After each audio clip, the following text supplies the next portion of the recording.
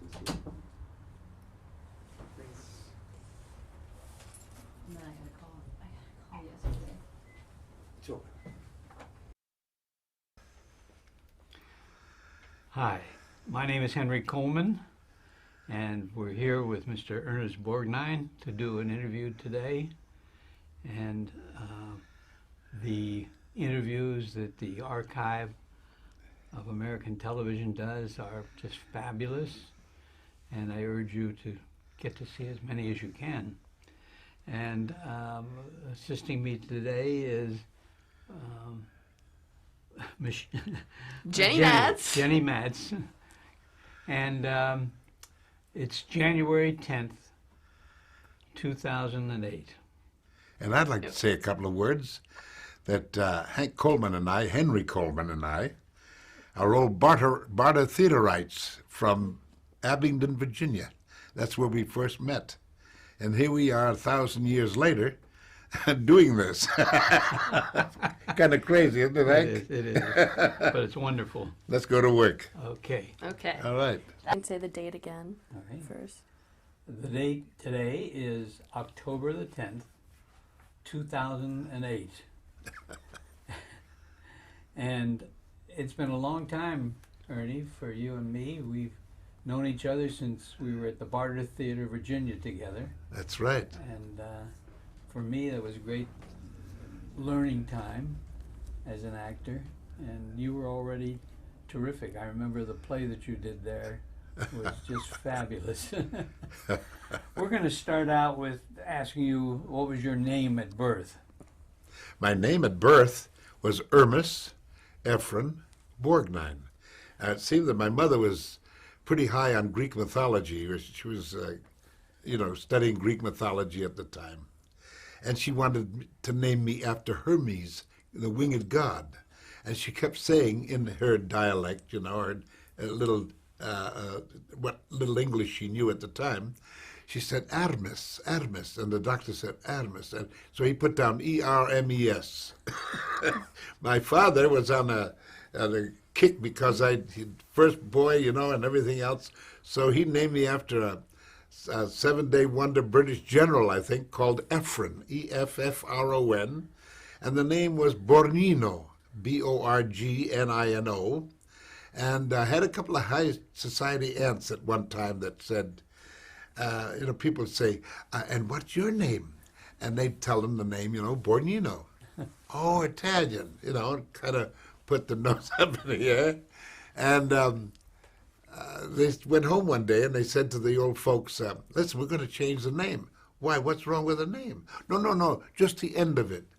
Well, what's wrong with it? Well, we want to take the O and make an E. So they called it Borgnine or Borgnine. Now suddenly we're French. We're not Italian anymore, but we eat a lot of Italian spaghetti. And living with that name probably was a little difficult for you, especially as a youngster, when somebody asked you your name. When were you born, Ernie? I was born on January 24th, 1917. Where were you born? In Hamden, Connecticut, H-A-M-D-E-N, Connecticut. And it's a little outpost, or it used to be a little outpost of New Haven, Connecticut, the home of famed Yale University. Is that where you grew up? And that's where I grew up for about, 2.5, 3 years. And then my folks separated. My father, well, it's all explained in my book. Yes. But my father, used to go to work all the time. He was working fine and everything else, but he loved to gamble. And he'd come home and my mother would say, where's the money to live? And, we'll get some, don't worry. And, anything, she left him. They never divorced, but she left him, and we left for about 4.5, 5 years. And she took me back to Italy.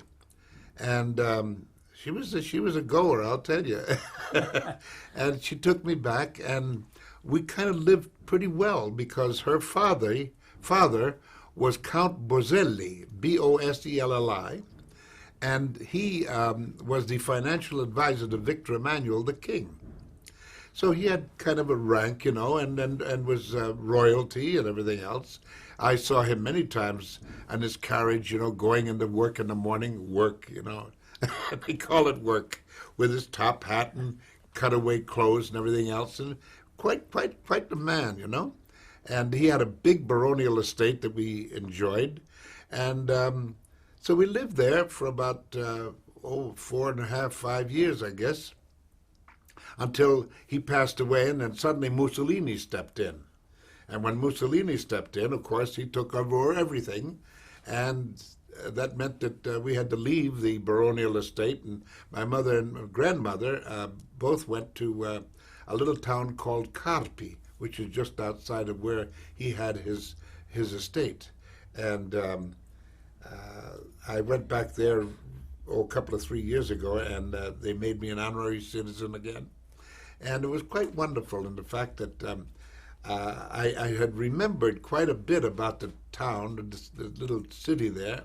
It's quite a big city now, and it's known expressly for its Parmigiano cheese and its vinegar. The vinegar that we all use, you know, and the Italian vinegar. I've forgotten the name of it right now, but it's quite something. And hey, so anyway, finally we came back.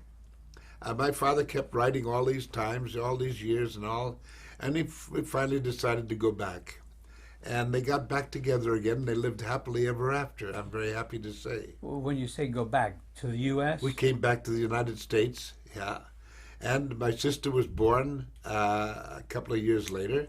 She lives in San Bernardino, and we've been very happy together. And then, of course, we lost both mom and dad.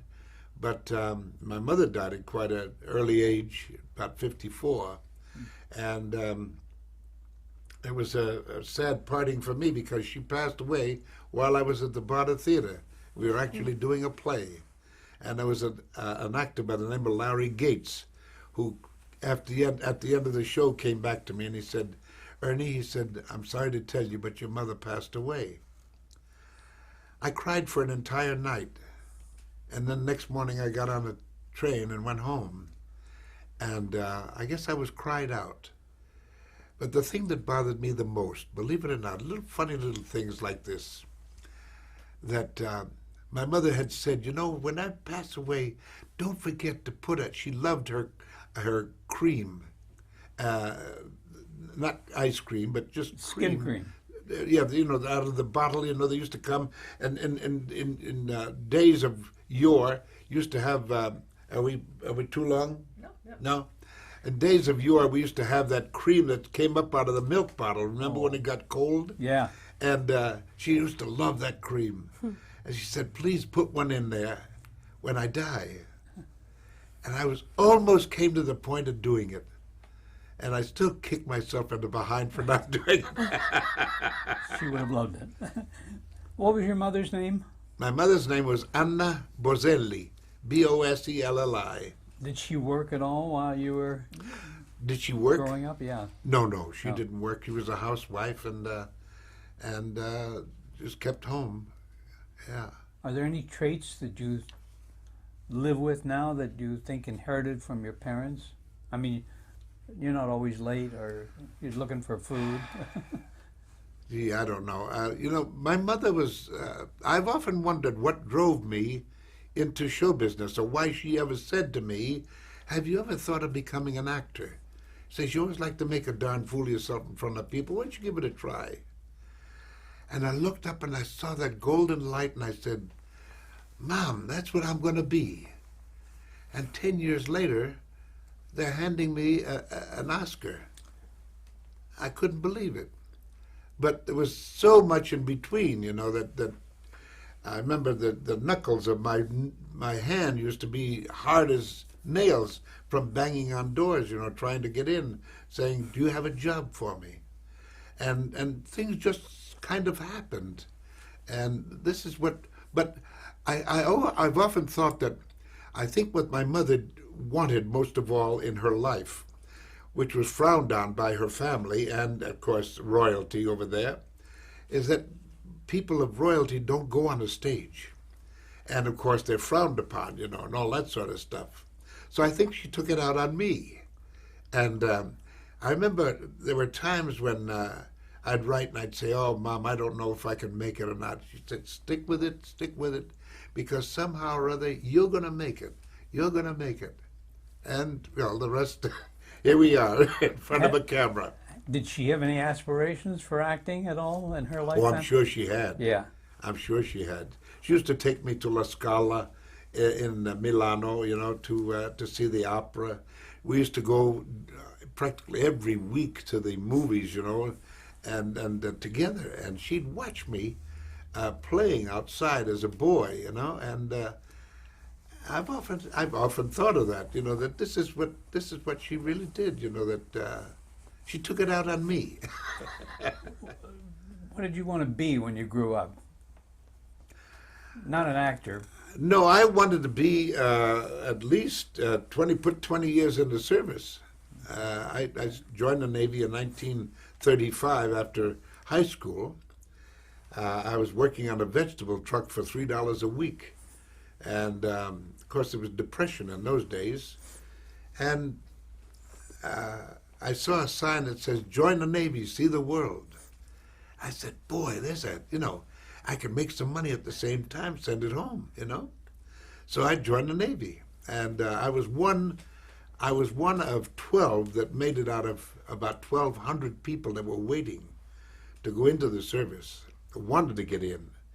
And off we went, and I became a sailor. Did you know in high school that you were going to get into anything like that? No, I had no idea. As a matter of fact, because of my ability in being able to do a little debating on the side, you know, in high school, they wanted me to, they put me into the class play at the end of the year. And they said that I should come back after they saw what I did in the class play. They said, "You should come back and take up dramatics." And I said, "Dramatics? You must be crazy." I don't want any part of acting. Not at all, you know. But at that time, it just didn't make sense to me. And so off I went back into the service, you know. And how many years were you in the Navy? I was in for 6 years, came out in 1941, decided to go home and see what it was all about then. And bam, 3 months later, the war started, World War II, and I was right back in again. Hmm. Yeah. But you didn't have to go overseas at all. Oh, no, matter of fact, I was put on a yacht. It was one of 3 ships guarding the entire Atlantic coast at that time. There were 3 yachts, the Sylph, the Sapphire, and the Zircon. And I was on board the Sylph. I had my own private stateroom, being a yacht, you know. Captain didn't know any better in those days. The captain used to knock on my door. "Who is it? Come in, come in." "Come in, all right, gunner, everything okay?" "Oh, sure, don't worry about it." I used to pull rank, you know. Yeah. But it was a wonderful war. We had our ups and downs in it, and we went out one time and almost caught a submarine, almost. I'd like to mention this, if I may. I was the gunner's mate on board ship, and we had a Y gun because the ship didn't go fast enough to roll the cans off the stern, you know, the depth charges. Well, make a long story short, the captain called me and said, "We got a submarine dead to rights," and he said, set the cans at 75 feet, and so on and so forth. And when I blow the bell, or blow the whistle, let her rip. Okay. So he blew the whistle, and boom, off it went. And all the kids had never seen a gun go off in their lives. And they're watching this stuff go over, and I'm kicking them in the behind. Come on, get up, load it up. And I'm listening for the detonation of the other ones. We knocked off about 10 of them. Not a one went off. And one, about an hour later, we saw an explosion. I said, "For heaven's sakes, what have we done?" You know? And I could see my carcass hanging up in the yardarm. Well, we came back into port. They started to take off the rest of the depth charges. And I said, "Wait a minute, you got fulminate of mercury in there and everything else." Oh, don't worry. He said, you got a chip and hammer? I got a chip and hammer. They chipped off a little tiny thing about this big. And it said manufactured in 1917. That's what we went to war with. How we ever won is beyond me, but we won. We think. Well, when you did make up your mind that you wanted to act, you went to the Randall School of Drama in Hartford, Connecticut. Yeah, I first started out at Yale. I went to Yale University, you know, and I took my marks with me, you know, from the high school. And the man looked at the marks, Professor Cole. He looked at the marks and he said, yes, he said, we can take you in, but it'll mean 2 years of undergraduate study. And I said, well, what will the studies consist of, sir? And he said, geometry, trigonometry, calculus, algebra, everything that I hated. It made no sense to me, you know. I mean, how can A plus B equal 2? I don't get it. Where'd the number come from? Where does this come from? Anyway, it didn't make any sense. And I told him, I said, well, thank you very much, but I didn't want to be I didn't want to be a mathematician or a scientist. I just wanted to be an actor. He said, it'll take 2 years of undergraduate study. Thank you, sir. I finally found a little school up in Hartford, Connecticut called the Randall School of Dramatic Arts. And I went up there, and naturally they were all this bunch of kids, just 18 years old. And here I was, the oldest one in the whole class, 28 years old. And make a long story short, they said, oh, we'll give you the books. Don't worry about anything. We'll put you right in, and so on. So what, took the name and everything else. And I went in under the GI Bill of Rights. Now I'm sitting up in class with all these kids. Now, I had never read out loud before, you know. I did an awful lot of reading. But, you know. So the teacher said to me, Mr. Borgnine, now that you're going to be with us in this class, would you mind reading the next paragraph or so? And I said, yes, ma'am. So we were reading Thomas Wolfe of You Can't Go Home Again. And it was a beautiful description of America at night. And so I was reading along, and I said, and the stars were shining like diamonds and so on. She said, excuse me, Mr. Borgnine, how do you pronounce the word D-I-A-M-O-N-D-S? I said, diamonds. She said, no, the word is diamonds. And I, back in the Navy, said, oh, shit. She said, no, the word is still dynamite, diamonds. Well, the class laughed, and that gave me a challenge. And I said, by golly, I'm going to show them I can do it. So at the end of the term, I had lead in both two plays. One was in playing Talthybius in the Grecian Women, and the other one was a thing called Untitled that we adapted for the stage. It was done by, I've forgotten the name of the wonderful author, but he became a producer and writer out here in motion pictures. And we adapted it for the stage, and it got the first good reviews in 14 years by the Hartford Critic, and gave me glowing reviews and said, hey, this kid, you know. And I said, no more, man, this is terrible. I don't want to, this is awful. Well, make a long story short, I was a young fellow that had been picked up by the Barter Theater of Virginia, and they said, if you'd like to come, we'd like to have you as our wardrobe man, you know. It's okay. So he said to me, why don't you come with me? He said, I'm going down to the Barter Theater. So we left, we went. And he stayed one day, and I stayed about 5 years. And that's where I really learned my profession, the hard way, watching people. I never went to school for anything else, and that was it. But I'd look at these actors working on the stage. I like what he's doing, but, you know. And then one day they said to me, you wanted to be an actor, didn't you? I said, yes. And they said, well, look, we've got a part for you. I said, where's my sides? No sides, no sides. You just walk from stage right to stage left and just you look very important. So I said, okay. And what am I supposed to be? He said, you're a union leader from, we're doing a play called State of the Union. Well, I got me a hat, a derby, and a big cigar and a big jacket and a coat. Said, okay, walk across. I walked across, big, very officious, very, boy, I owned everything. I got the only good reviews in the whole place. There was a woman out there said, the only one I really believed was that man who walked across the stage as the union leader. Then they got excited about it. They said, listen, you wanted to be an actor. I said, yes, I want to be an actor. Oh, well, come on, we got a couple of more parts for you. Well, one thing led to another. And I got started. And, of course, that's where you were, Hank, at the time. And remember when we did The Glass Menagerie? Very well. A very funny thing happened there. I got a hold of the script, one of those French books. And I read that thing because they said, you're going to be the gentleman caller. And so I went over hill and dale there in Abingdon, Virginia, studying this part and everything else. And we had the what the heck was his name? The man who, the stage manager came down of the play, the original play. He came down to be our director.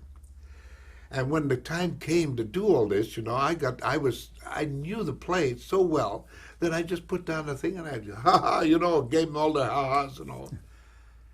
And when we finished, he said, Mr. Borgnine, how many times have you seen this play? I never saw the play. I said, well, how'd you know that? He said, I just studied it out of the book. Oh. Well, we're going to change everything. I said, did I do something wrong? No. He said, no, everything is fine. Don't worry. So we started out. And instead of having him the boisterous kind of person that he had been in the stage man, the fellow who did it up on the stage in New York, he became quiet sort of person who, when he kissed the girl at the end, made an awful lot of, it was a beautiful moment. And so we did it. And then when I got through with the thing, as I said goodbye, and everything else, closed the door, and I said to myself, oh, golly, I think I just gave the worst performance of my life. And they brought down the house. Everybody applauded like crazy. And I listened to the applause. I said, that's not for me. It can't be, That night, we all took our bow, naturally, and that night I went back up to the Barter Inn. And there's a fellow smoking a cigarette out there. And he said, young man, do you realize what you've done tonight? It was absolutely fabulous. You were magnificent. You were better than the man in New York. I looked at him, I said, well, thank you very much, Professor Cole. He says, you know my name? I said, remember that fellow you said? I couldn't help it. But he was so wonderful, He knew that. He said, you're going to make it, kid. So there it was. Well, you stayed there quite a long time, and you did some beautiful parts in plays. Thank you. And I guess if they ever have a reunion of the Barter Theater people, we'll go to it. But that was quite a nice experience. From the Barter, you then had an experience on Broadway. Can you talk about what made the transition to New York and your first paid gig on the theater? Yeah. Well, Brock Pemberton. There were two times that Brock Pemberton had come down to the Barter Theater to do Harvey, and I played the hospital attendant. And he was quite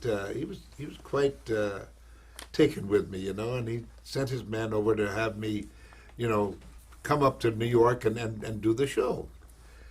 And well, I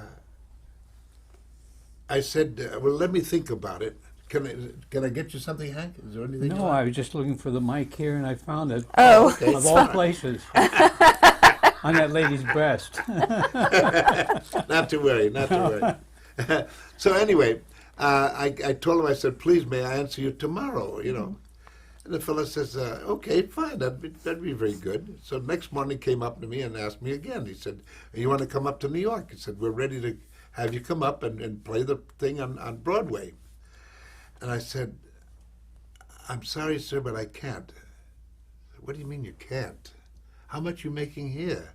I said, $30 and $5 extra for driving a truck.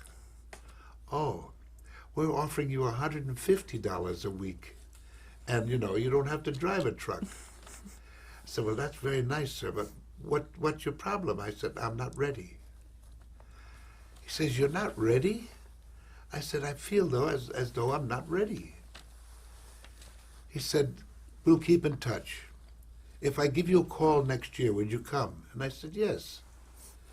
So next year, we had just finished 14. I had been in 14 different shows in that year at summer stock at the Barter Theater, and I did all 14 of them. I was absolutely dead, and I had to fly up to New York to open up in Harvey with Joey Brown, a wonderful actor, and I'd never met Mr. Brown or anyone of the group until I was on the stage. And I came on and I stepped a card, a couple of laughs, you know, things like that, but I did it. And I went up the street at the end of the play, because we had a double, you know, it was Labor Day on that day. And he said, and I said, I made it, I did it. My first time on Broadway, by golly, I did it. And I was sitting down in this restaurant, and my bubble was right up there, you know. And this woman came by, and she said, oh, there's that dummy there that was, you know, talking between the laughs, you know, during the laughs. And my bubble went right down. I learned a big lesson, you know, not to build yourself up so high to think that you're a great actor, and suddenly somebody finds fault whether you like it or not. Anyway. Were there any reviews, and were you mentioned in the reviews? No, there were no reviews because it had been running for so long, you know. Yeah.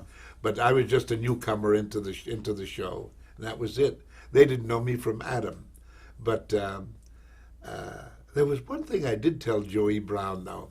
He had been telling an old story about a couple of turtles, you know, that was started to rain. And one went for an umbrella, and 6 months later he came back and said, you're going to wait for me, aren't you? It was an old Frank Fay story, you know? Well, I said to him, I said, you know, sir, this is the World Series right about now. And I said, you did Elmer the Great, one of the greatest baseball pictures ever made. And I said, I want to tell you something. If you play that wonderful part that you played in Elmer the Great.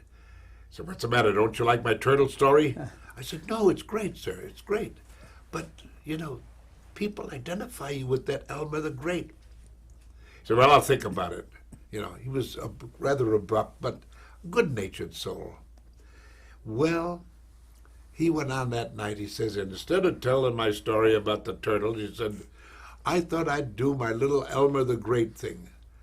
People brought down the house. He never told his turtle story again. And it was all your idea. But he loved me. He really did. And he came over to see a play one time when we were doing it with James Dunn on the road. And he said, the only one that was ever doing anything good here in this play, he said, was Ernest Borgnine. He was paying attention. Everybody else is just, you know how people fall apart when you're doing a stage show? It's sad to see things happen like that because of the fact that people get so acclimated to doing the same thing day after day after day. That's why I don't like to do theater very much, because of the fact that you get so acclimated, it becomes second nature. And the first thing you know, you're throwing in things like that, you know, in little tiny things. It just doesn't make any sense. And that's why pardon me, that's why I always feel that a director should come back to his play every now and then and get the actors worked up again to where he had them at the very beginning when they had opening night.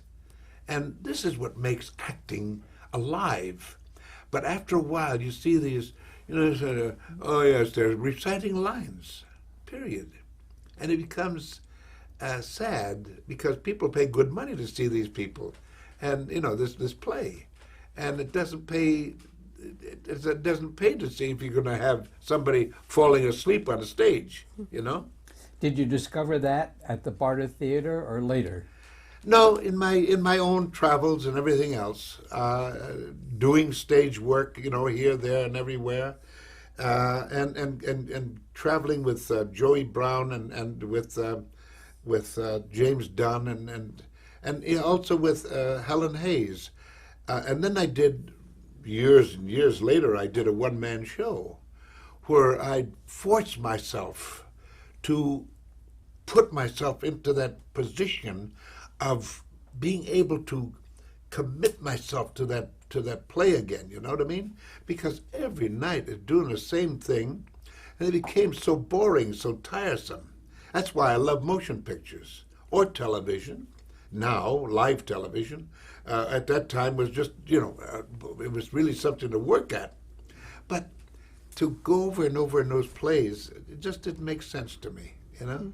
Let's talk about television. Yeah, can you talk about the transition from live theater to live television and your beginnings, if you can recall for us any stories? From live theater to live television and working. It was really, as far as live television is concerned, live theater you can take your time naturally, you know, and of course sometimes the the words come out slower and slower and slower. But in television, it has to be snapped. I mean, especially when you're doing live television. And in live television, you just don't wait. You have to do it on the spur of the moment. Otherwise, bam, it's gone. And I mean, it's gone. The thing is, it's taking time. And you don't have the time to do that. Bam, you got to know your stuff. You got to get the lines out, and boom, boom, boom. The perfect thing that I remember about live television, I was making a show one time called The Copper. I've forgotten the name of the wonderful actor that was with me, but we had a wonderful director who cut this, cut that, because we were running short and it was dragging along and couldn't go. And he said, I don't know what else to cut. He said, it just doesn't make sense. But he said, we've got to do something. So we started out on that show. Now, just before about 3 seconds before the show started, he said, he said, I meant to tell you, ladies and gentlemen, he said that in this, you're being watched for the first time coast to coast, live, which means there'll be about 40 million pairs of eyes on you. We came in 3 or 4 minutes under. We never went so fast in our lives. I mean, it was that boom, bam, bim, you know, and it was good. And we did it, and people loved it. But that shows when you get into the excitement of it, you know what I mean? It's there. You can pump it out, but live television was hard, very, very hard. You had to be, bam, right there on the second, or you were dead. And they couldn't go any faster. Sometimes they'd have to roll the names at the end so fast because to make up time, to catch up. Otherwise, you were dead. Otherwise, sometimes you'd come in that's so much under that they just creeped the names along. But it was quite something. Well, what was your feeling about television? Was it some place that you wanted to do more work? My feeling about it? Yeah. It was a matter of making money. In those days, it was hard to get parts on television. I say hard. There were so many people that I remember there was a certain station who would go nameless, but they used to come in and have you read for them. And they'd call in another person, here, read this, and another person, read the same thing, and another person. In the meantime, the director of the play, or whatever they were going to do, already had picked his actors and what he was going to do. But he was getting free readings for nothing. And so you say to yourself, now, don't call us, we'll call you. Well, gee, waiting for that call that never came. And I found out about this, and I said, the devil with them, if they want free readings, let them get their own actors to do it, But that's part of the whole system as it used to be. Then, when you did get a part, it was the idea that you had to report in and be ready on the spur of the moment to do it. And that's where my training from the Barter Theater came in, the feeling of being able to grasp something, make a character out of the thing that you were working on, and boom, do it. And one thing led to another, and as you went along, people recognize, and say, hey, this fellow can pick it up just like that, pretty good. So I got a little more work than usual, but it was awful hard. And thank God for a wonderful lady by the name of Elizabeth Mears, who will always live in my memory. She was the one that always used to call me and say, don't worry, Ernie, we've got a part for you. And that part was, believe it or not, on the old Dumont station, where we used to play Captain Video. Mm-hmm. And I tell you, it put bread on the table. Yeah.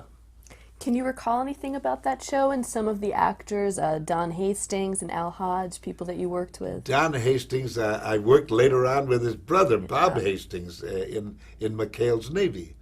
But Don Hastings, he was a young chap, he was just full of vinegar and everything else. What's his name? The fellow who did Captain Video? Al Hodge? Al Hodge? Al Hodge. Wonderful man. Just a wonderful person. And we used to do this thing, and then suddenly one day they said, oh, wait a minute, hold it. We've got to go to his Western cohort out in the West. And they throw on a piece of television work, from a motion picture. And this was his Western. His fantasy. It sounds clever. I tell you, it was just amazing what they do. But it sold, and the kids used to watch it like crazy, and they'd say, oh, boy, that's great, And I remember times when I used to play things like Neptune. And they'd show me in this white robe, with the long flowing hair and everything else. And I'd be going through a goldfish bowl as the goldfish went along.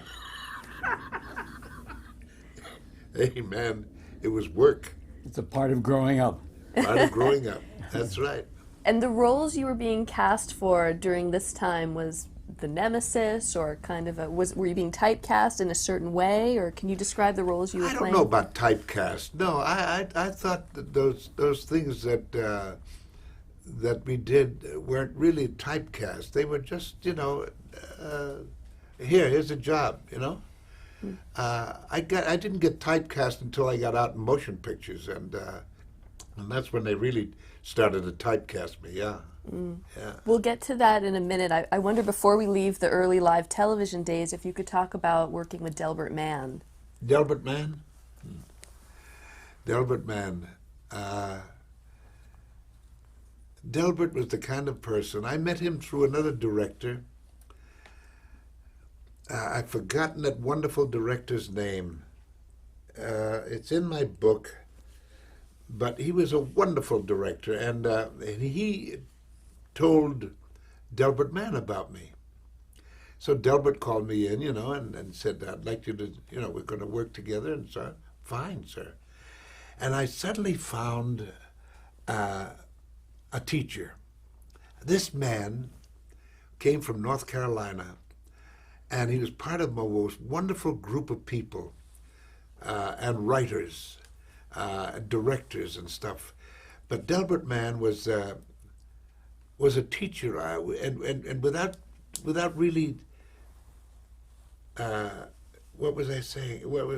How could I put it? Without really mentioning it, he was teaching you at the same time that he was directing you, and you never felt it. You never felt that he was teaching. It was just like, I always told him, I said, I've just did something here that I could never have imagined in my mind, thanks to you. And he said, well, thank you very much. I appreciate that, you know. And we went on to do a number of things together. And I remember when we did Marty together as a motion picture, I said, well, here we are back again, except that we got the big screen. He said, yep. And it was his very first picture. And if I may, you want me to go into that? Yes, please. It all happened. I was making a picture called Veracruz down in Mexico with Gary Cooper and Burt Lancaster and all. And Delbert came down to get a few ideas of how to shoot outside, because he'd always been used to a studio, and he wanted to get some kind of clue as to what to do outside and everything else. And so he had Bob Aldrich as his teacher.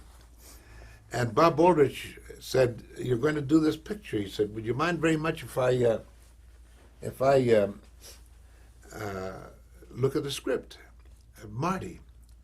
I said, no, not at all. So he read the script, and a couple of weeks later at a party, he was asked, who in your mind could play this role of Marty? And he said, I know of nobody else, he said, but Ernest Borgnine. Are you kidding? I said, this guy's a killer. He just goes around killing people. That's all he does in his pictures, you know. He stabs them to death and do the... No, he said, don't kid yourself. He said, this guy could do it. So they said, okay, we'll take a chance. So they called me in, and they said, we've got a part for you in a picture called Marty. I said, fine, that's wonderful. I'd be very glad to play any part. He said, you don't understand us. He said, we want you to play the role of Marty himself. And I looked at him and I said, do you have faith in me? He said, well, I wouldn't ask you if I didn't. I said, then I'll give you 120%. Thank you very much. I said, okay. So now when you're making this picture, I left to go right up to Lone Pine, California, where we were making then Bad Day at Black Rock with Spencer Tracy. And they said, Delbert Mann and Patty Chayefsky are going to come up and have you read for them. Okay, fine. You know, you read. Good. Well, make a long story short, I was leaving the cast of Bad Day at Black Rock one day. And Spencer looked at me and he said, hey, where are you going? He said, if anybody leaves here early, it says me, I'm the star here. He was kidding, of course. And I told him, I said I had to go down and read. Read? He said, you don't read anymore. He says, you're a star. I said, out of your mouth to God's ears. What's it all about? Well, I told him the story, and he said, gee, it sounds pretty good. By golly, that's all right. Oh, don't worry about it. He said, you go on ahead. You'll get it. Don't worry about it. Well, I went down, and I walked in, and I had a cowboy hat on, and a 3-day growth of beard, and pants, and boots. And Patty was sitting along. They'd just come up in an airplane, little plane bouncing all over these mountains, you know, going up to Lone Pine. And they were kind of a little sick, you know, and Delbert was stretched across my bed. And I looked at this man sitting in the chair. I'd never seen him before, and it was Patty Chayefsky. And he looked at me, and you could just see in his eyes say, this is Marty? It couldn't be, you know. Well, make a long story short, hi, fellas, how are you? Hello, good to see you. Delbert, wonderful to see you, sir. All right. And I went in and kind of washed up a little bit, you know, and so I said, well, let's get ready to start. I said, well, you know, Ernie, he said, we've been talking. He said, we feel that, and he got to the word but on his excuse. I said, sir, I said, believe me, if you feel that I'm not right for the part, you know, I'll help you find somebody, because I said, I feel quite strongly about this. I feel that, you know, this could be a heck of a great motion picture. So they looked at each other and they said, okay, come on. Well, we started reading. And instantly I forgot my first 6 lessons in acting that I had learned at way back in at the Radlin School of Dramatic Arts. And He said, wait a minute. He says, you're doing this with a Western twang. I said, oh, Dad, forgive me, you know. So I went over, threw my hat down, took my boots off, and rolled up my sleeves and everything else. And I said, okay, let's get going. Let's start. So we started out. Now, Patty's reading all the other part, my mother and everything else. And I'm reading Marty. And we got to the part where he says, why don't you put on the blue suit or the gray suit and go down? There's a lot of tomatoes, you know, and that. And I turned to him and I said, Mom, don't you understand? I'm just an ugly, ugly man. And I started to cry because I was that much into it, you know. And I turned away, and I came back for my retort, you know. I said, all right, I'll put on my blue suit. And I saw him crying. And I looked at Delbert, and he was crying, and inwardly I said, God, I've got the part. It was the best performance of my life that day, to try to prove to those two men that I could do it. I went back the next morning. Spencer looked at me and he said, huh? I said, I got the part, sir. I got it. Oh, boy. Great, great. That's wonderful. The next year I beat him out for an Academy Award.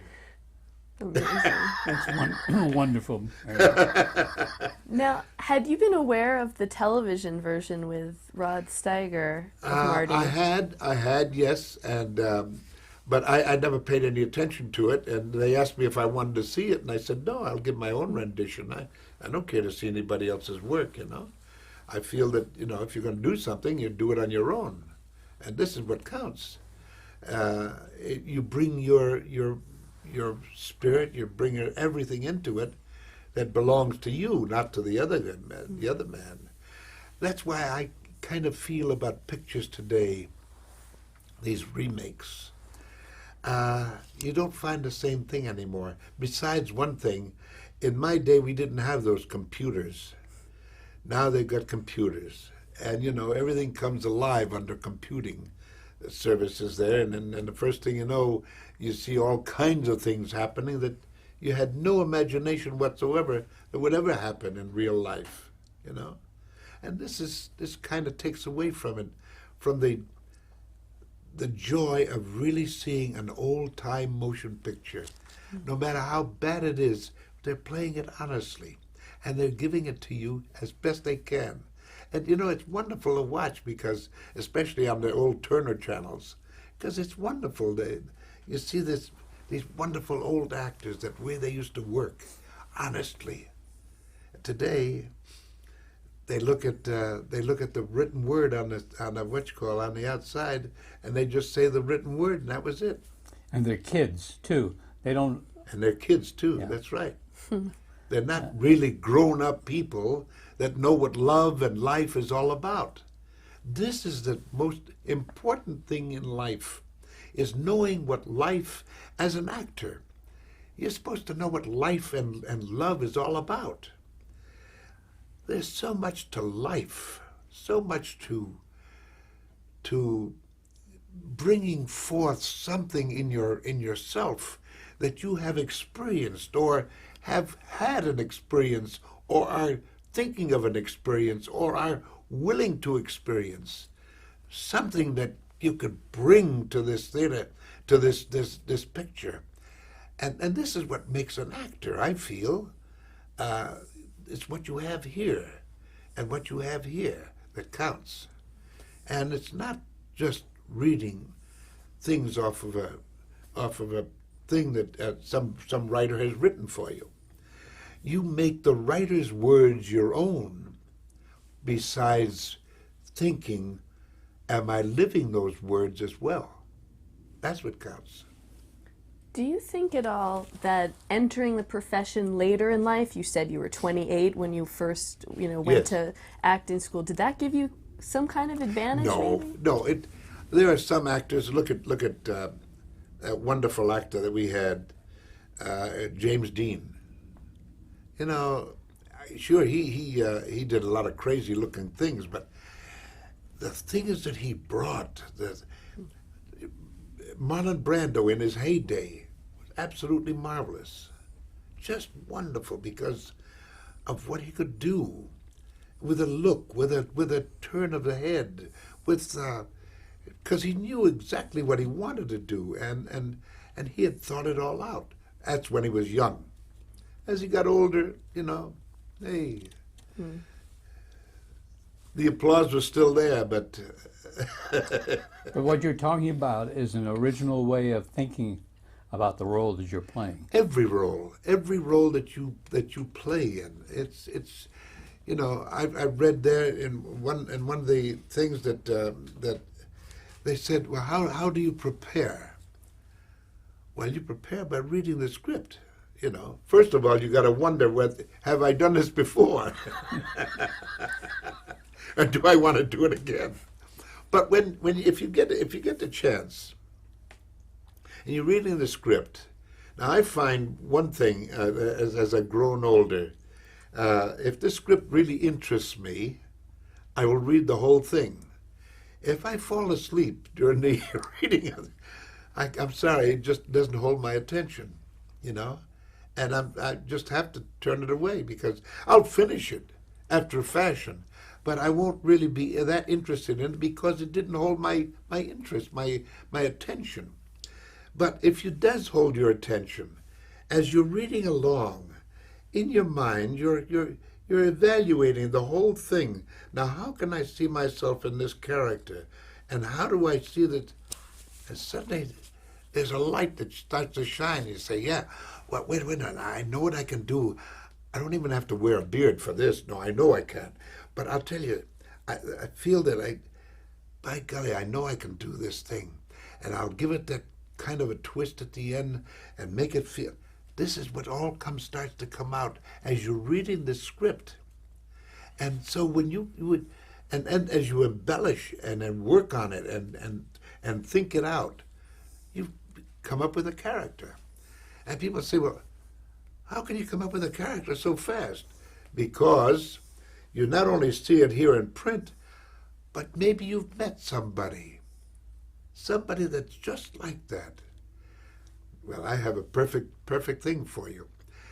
When I was in the service, we had a wonderful bosun mate, God bless him, Claude Andrew Babcock. You didn't call him Claude, you didn't call him Andrew, you called him Mr. Babcock. And he was a bosun mate who had charge of the deck. When his cigar was down this way, he was good shape. When it stuck out straight, forget it, boy, you better be doing your work or else. And that's what I based my character of Fatso Judson in From Here to Eternity. Just a nice, lovable kind of a fella, but boy, give me that club and I'll show you what I can do. You see what I mean? Yeah. Did you find yourself playing roles that made you a heavy, that you hurt or killed somebody? Oh, absolutely. You see it. I think about the worst character that I've ever played. I say the worst character, a great character, but the worst kind of demonic kind of a person. How you could ever be that way, I don't know, because I used to tell my wife, I used to go home at night and say, am I really that kind of a person, honey? And I said, no. But you can see it for yourself in the picture I made with Lee Marvin called Emperor of the North. But I mean, a man who would not let anybody ride on his train. He got the biggest charge out of killing hobos because they were riding on his train without a ticket. And that's the way he saw it. Where did you pull that character from, for example, then? Where did you find him? I have no idea. But it just formed. And even Bob Aldrich, who directed the film, came to me one time and said, where'd you find this guy? It's amazing, really. And it's frightening in a way but I always said, if you can let your inhibitions out in front of a camera, this is wonderful. Instead of going home and beating up your wife, you take it out on your fellow actors. Now, you won the Academy Award in 1956. What movie was that? It was called Marty. It was called Marty. Tell us a story about your bet with Jerry Lewis. You remember that? I had gone. I'd gone to practice that day. You know, they had. They always have practice. They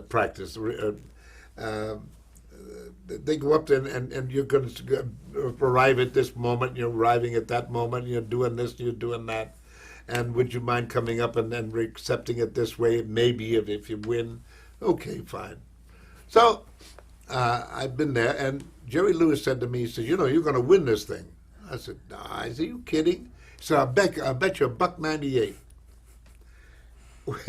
Working with Jerry, it was fun, you know. So I said, I got you. You got to bet. So I went home and I took a red sock of my little daughter's red sock and filled it up with 198 pennies. I put it in my pocket just for the kicks, you know. Well, I was looking out over the audience as, what's her name that gave it to me? I've forgotten that wonderful, the princess. Grace Kelly? Princess Grace Kelly. And Grace, can you imagine me forgetting Grace Kelly? Anyway, Grace Kelly had called out my name, and I had been looking out over the audience saying, Jesus, nice people, you know. And my wife is going, they called your name. They called your name. I said, what? Oh. I had no idea I was ever going to win, really. I had nothing to say. So I went up there, and suddenly I remembered the red sock, and Jerry Lewis was at the thing there to help me up on the stairs, you know. And I handed him the red sock. I said, okay, you win. And I walked up and got my Oscar. And it was the funniest thing ever, you know, because he said, I kept the pennies and spent the sock. And that Oscar that you won was for Marty, wasn't it? That was for Marty, yeah. And then, did that change things for you in your career? Did that immediately put you on another path? Oh, it changed things all right. I suddenly had a publicity man, a general manager, a manager, a personal manager. I had an accountant. I had an old Cadillac that was I just bought an old Cadillac secondhand, you know. I had to get rid of it. Oh, got to get rid of the Cadillac. Well, what you got? This is a perfectly good car. No, you got to get a new one. Well, the new one I got, and the rainstorm, the front windshield fell out. But, you know, suddenly everything changed, including my then wife, bless her heart. We'd been through everything, you know. And when I won the award, she put on the dark glasses, and suddenly it was Mrs. Borgnine has to go to the, you know, the hairdressers. Mrs. Borgnine is coming, and, you know, it was one of those things. And it got to the point where you just, I don't know, it was a good thing, and I still revere it. I still think it's wonderful. It's something that my peers gave me for my work, and I'll never forget that. I also have, over on the side there, the British Film Academy Award, right. Which was given to me at the same time. I have the Golden Globe. I have any number of things, you know. But still, there's that thing of saying, well, could it have been nicer? Could it have been, I don't know, something or other that I didn't want fanfare. I don't like fanfare that much, but I think that the life didn't become any better. It became a little bit more. People were trying to take advantage of you too. They put me under contract, and it cost me $500,000 to get out of that contract finally. Mm-hmm. But it was terrible, and well, you know, that's the vagaries of winning and losing. Are we going to stop and change